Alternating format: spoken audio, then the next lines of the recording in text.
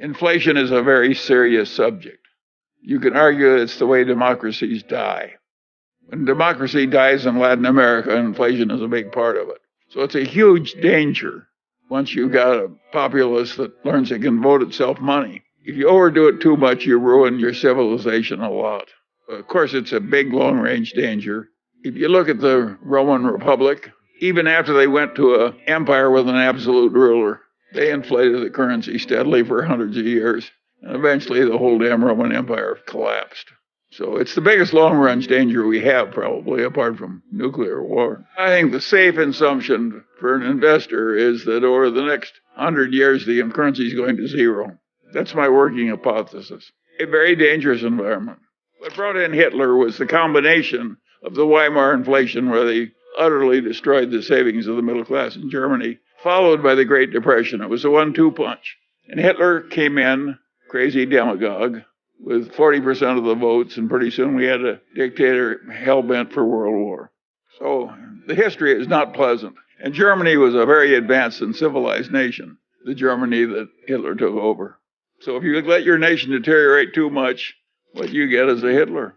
We've proved it. When you print money on the scale that modern nations are printing it, Japan, the United States, Europe, etc., we're getting into new territory in terms of size. There's never been anything quite like what we're doing now. And we do know from what's happened in other nations, if you try and print too much money, it eventually causes terrible trouble. And we are closer to terrible trouble than we've been in the past, but it may still be a long way off. I certainly hope so. When Volcker, after the 70s, took the prime rate to 20% and the government was paying 15% on its government bonds, that was a horrible recession. Lasted a long time, caused a lot of agony. And I certainly hope we're not going there again. I think the conditions that allowed Volcker to do that without an interference from the politicians were very unusual. And I think in 2020 hindsight, it was a good thing that he did it. I would not predict that our modern politicians will be as willing to permit a new Volcker to get that tough with the economy and bring on that kind of a recession. So I think the new troubles are likely to be different from the old troubles.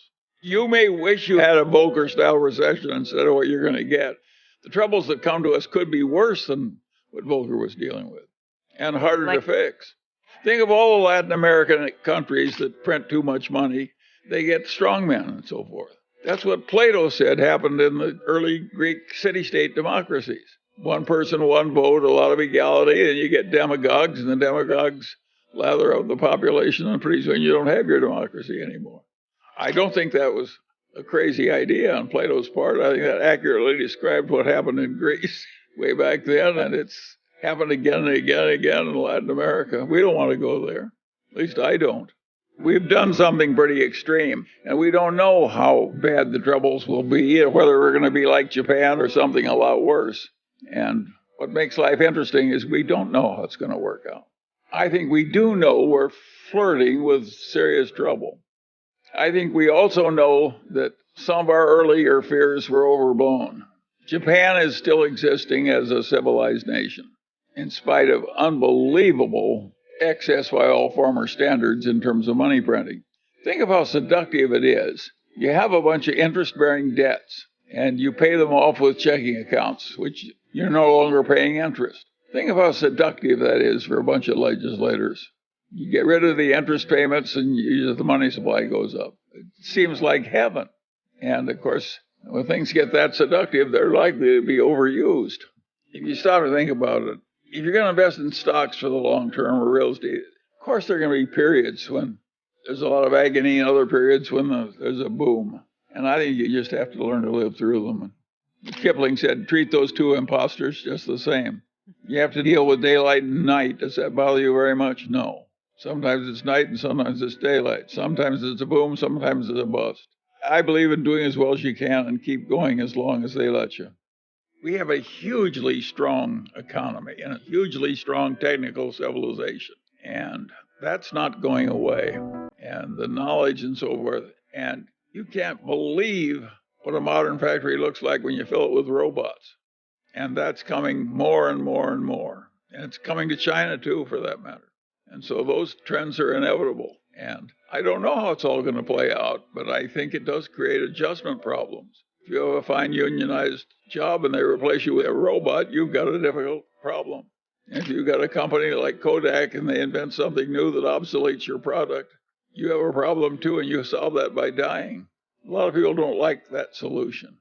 Because all those problems are real, and because it's so tempting to get rid of your debt by just giving a guy a non-interest-bearing checking account where you used to have to pay him interest every month, not only do we have a serious problem, but the solution to it that is the easiest for the politicians and for the Federal Reserve too, for that matter, is just to print more money and solve the temporary problems that way.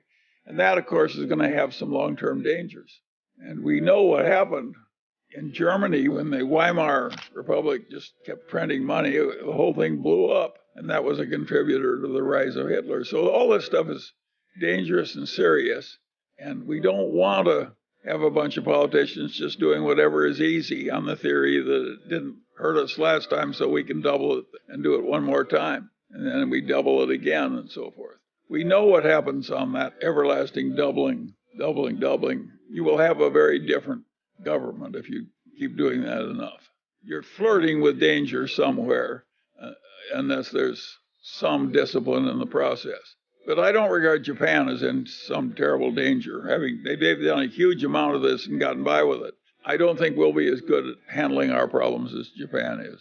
In my whole adult life, I've never hoarded cash waiting for better conditions. I've just invested in the best thing I could find, and I don't think I'm going to change now. And the Daily Journal's used up its cash. Now, Berkshire has excess cash, quite a bit of excess cash. But it's not doing that because it thinks it knows how to time investments. It just can't find anything it can stand buying. So we don't have a solution to your problem. We're just coping with it as I've described. The reason we're not buying this, we can't buy anything at prices we're willing to pay. It's just that simple. Other people are bidding the price up. And a lot of the buying is not by people who really plan to own them. A lot of it is fee-driven buying. Private equity buys things so they can have more fees by having more things under management. Of course, it's a lot easier to buy something you use somebody else's money. We're using our own money, or at least that's the way we think of it. The shareholders who are worried about the future because it looks complicated and difficult and they're hazard, I want to say to them what my old torts professor said to me, Charlie. He'd say, Charlie, tell me what your problem is and I'll try and make it more difficult for you. And he did me a favor by treating me that way. And I'm just repeating his favor to you. When you're thinking the thoughts you're doing, at least you're thinking in the right direction. You're worried about the right things. All you people that are worried about the inflation and the future of the republic and so forth.